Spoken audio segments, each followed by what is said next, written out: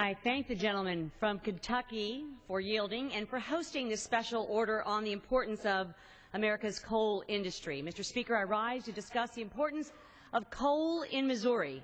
There is no denying that coal has played a vital role in providing an abundant source of power to plants that generate electricity for families and for businesses across this country.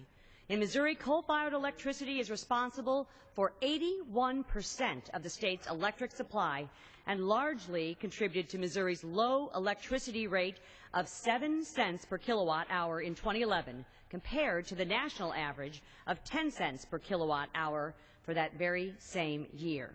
Additionally, Missouri was 6th in the country in coal consumption, with 46 million tons of coal used for electricity in 2011, of which Ameren, Missouri's Merrimack plant in the 2nd Congressional District, consumed 3.5 million tons.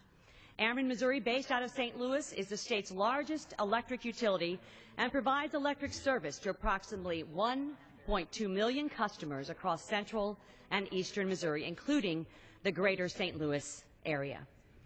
In addition to the consumption of coal, the greater St. Louis area is also a critical player in the procurement of coal for our nation's energy needs, with companies like Arch Coal, Peabody Coal, and Patriot Coal headquartered in St. Louis and drawing employees from Missouri's 2nd Congressional District.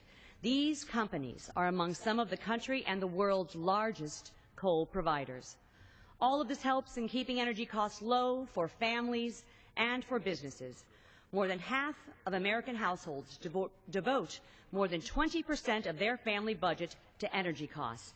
And in this economy, we must do everything we can in order to keep the costs of electricity down. Despite the reliance of coal in providing for this country's energy needs and contributing to low electricity prices, this administration has continually made it more difficult for these long-standing plants to operate, and which ultimately threatens the industry for the future. Existing power plants are already in the middle of meeting compliance with an EPA regulation aimed at reducing uncontrolled greenhouse gas emissions by 90% over 3 years.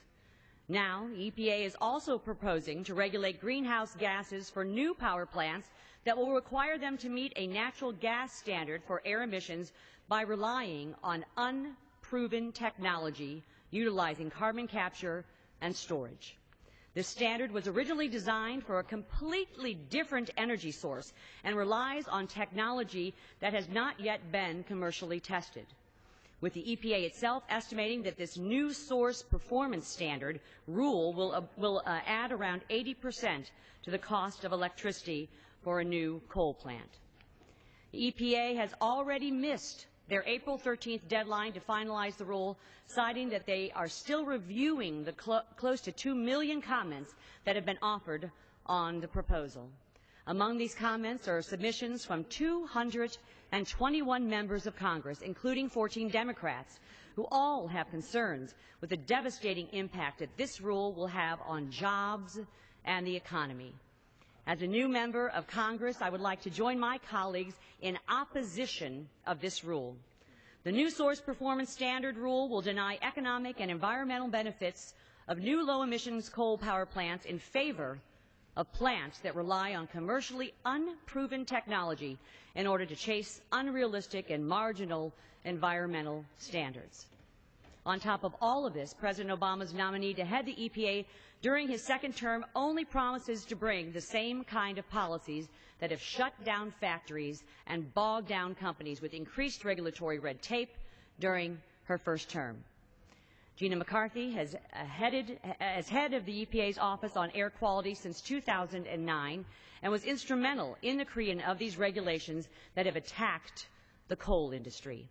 I applaud Senator Roy Blunt's leadership in placing a hold on her nomination and hope that my other Senate colleagues will also take a hard look at her previous agenda when considering her legitimacy for the position.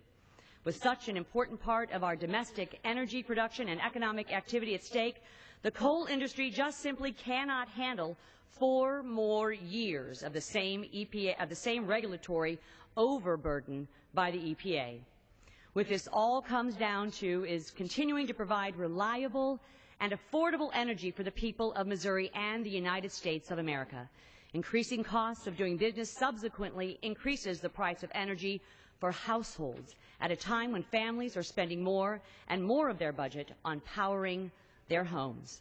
The amount that American households devote from their family budget to energy costs is more than double from 10 years ago, and these regulations on coal have all played a significant role in that. I thank you, and I yield back the balance of my time. I thank the gentlelady and appreciate